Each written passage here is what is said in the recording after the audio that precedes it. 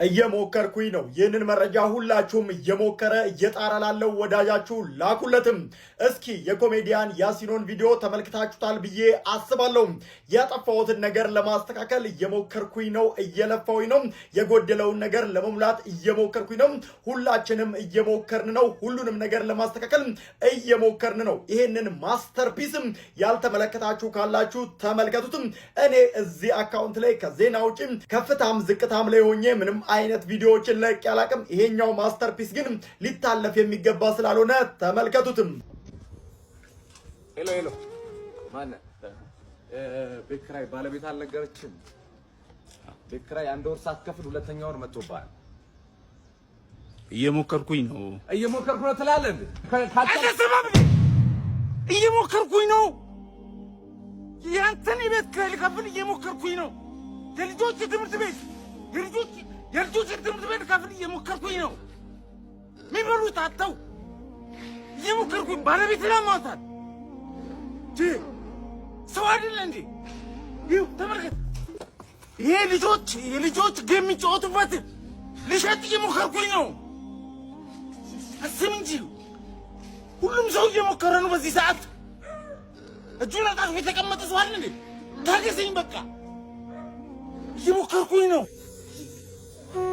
አልስማማም በዚህ ሐሳብ። አትሞክር ስትፈልግ አከራዩም እየሞከረ ነው። ከቻልክ ቤቱን ልቀቅ። እኔ ደግሞ ጭንቅላቱ እያደር እንደ ህፃን ጫማ እንደዚህ የሚጠብሰው እንዳንተ አይቻለው። ሲጀመር አትስማማ። ለአንተ አይደለም ቪዲዮ የተሰራው። አንተ እንደ ፈረስ ጋሪ እንደዚህ ሽምጥ ስለምታስብ እንደዚህና እንደዚህ ስለማታገራዝብ ከዚህ የተለየ ብትረዳ ትንሽ እኔ ራሴ ይገረምብህ ነበር። ቪዲዮ እንዳንተ ሸሚዝና ጫማ እየተገዛለት ለሚኖር ወጣት ጡረተኛ አይደለም። እሺ የቪዲዮ ሐሳብ ለመኖር የሚያጓጓ ነገር በሌለበት ዓለም ውስጥ ለመኖር እየሞከሩ ላሉ ወጣቶች 5000 ብር ተከፍሎት ለልጆቹ 6000 ብር የትምህርት ቤትና የቤት ኪራይ ከዛ አስቤዛችሁ ሁሉ ለሚኖረው አባወራ ነው። እሺ ላንተ አይደለም። በጣም በብዙ ስትራግሎች ሶሳይቲውን አፍችላ ለመኖር እየሞከረች ላለች ወጣት ነው።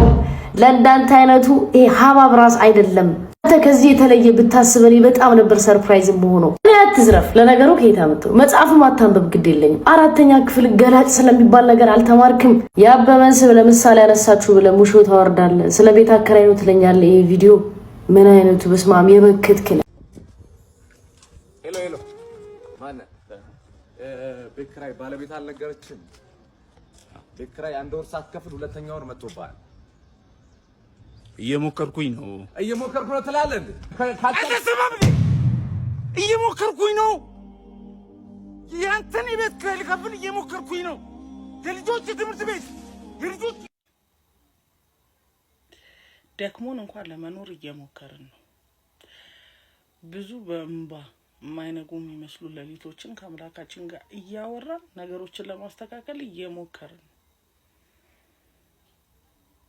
መኖር ህይወት የሚባለው ነገር እንኳን ቴስቱን አጥቶ ትርጉም አተንለት እንኳን ለመኖር እየሞከርን ነው። ነገሮችን ለማስተካከል እየሞከርን ነው። ማድረግ ያለብንን ነገሮች በሙሉ እያደረግን ነው። እየሞከርን ነው። ይህን ቪዲዮ ሳየው ከሁለት ቀን በፊት 2000 ምናምን ላይክ የተወሰነ ቪው ነበረው።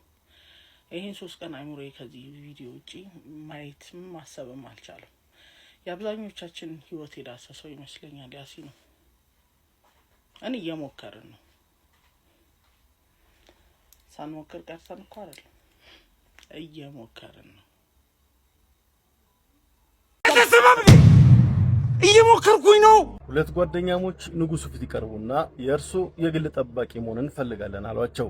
ንጉሱም በደንብ ሲመለከቷቸው አንደኛው በሰውነቱ ግዙፍ የሆነ ሲሆን ሌላኛው ደግሞ እጅጉን ደቃቃ ነው። ከዚያም እንዲህ የሚል ሐሳብ አቀረቡላቸው። እነዚህን ሁለት ድንጋዮች በየቀኑ እየመጣችሁ ለ60 ቀናት ትገፋላችሁ፣ ከዛ የሚፈጠረውን እናያለን አሏቸው። ጓደኛሞቹ በሐሳቡ ተስማምተው በየቀኑ እየመጡ ድንጋዩን መግፋት ተያዙት። ቀናትን ተኩና ልክ 30ኛው ቀን ላይ ሲደርስ ግዙፉ ሰው ንጉሱ እኛን መቅጠር ስላልፈለገ ነው፣ ይህ ወጥመድ ነው፣ ካሁን በኋላ በቃኝ ብሎ ድንጋዩን መግፋት አቆመ።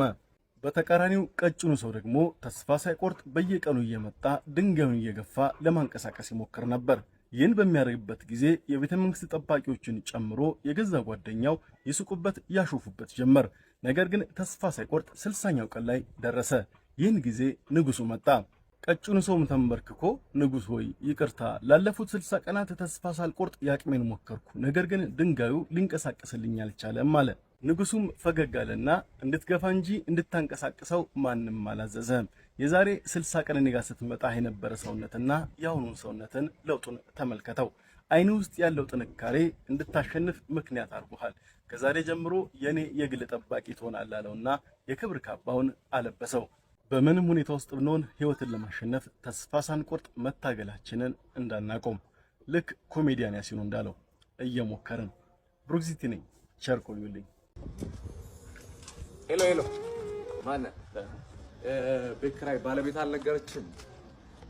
ቤት ኪራይ አንድ ወር ሳትከፍል ሁለተኛ ወር መጥቶብሃል።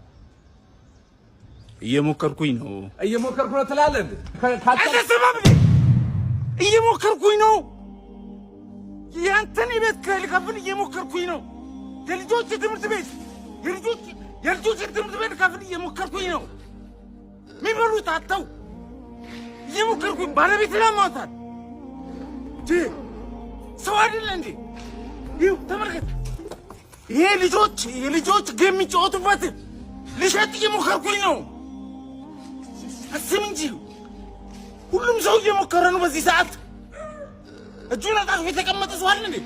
ታገሰኝ በቃ እየሞከርኩኝ ነው።